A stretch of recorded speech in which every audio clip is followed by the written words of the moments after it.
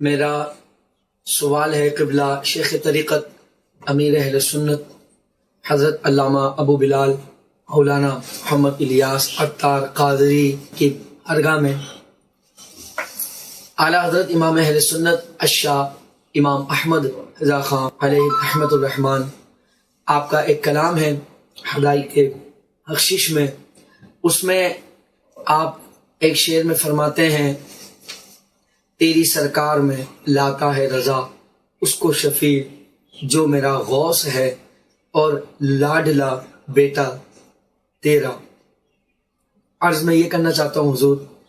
کہ اعلیٰ حضرت نے جو فرمایا ہے کہ لاڈلا بیٹا تیرا، تو اس کی تشریح اگر آپ فرما دیں تو بڑی عنایت ہوگی۔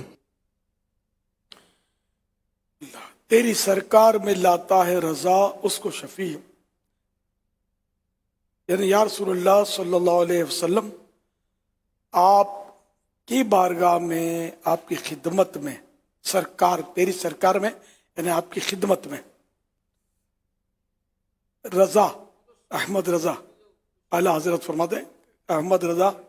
اس کو سفارش کے لیے لاتا ہے جو میرا غوث ہے۔ میرا تو غوث ہے، سرکار کے غوث نہیں ہے۔ غوث یہاں بمانا شاید فریاد رس کے لیے کہ میری فریاد رسی کرتے ہیں، میری امداد کرتے ہیں، میری حمایت کرتے ہیں، تو جو میرا غوث ہے اور لاڈلا بیٹا تیرا، اور جو آپ کے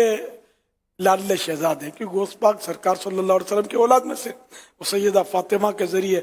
تو حسنی سید بھی ہیں، حسینی سید بھی ہیں میرے غوث پاک۔ تو سید جو ہوتے ہیں یہ سرکار صلی اللہ علیہ وسلم کی اولاد کہلاتی ہے، آل رسول مشہور لفظ ہے، تو آل رسول،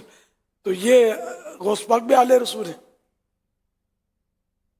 جو میرا غوث ہے، کیا بات ہے، میرا غوث اور لاڈلا بیٹا تیرا۔ صلو علی الحبیب صلی اللہ علی محمد۔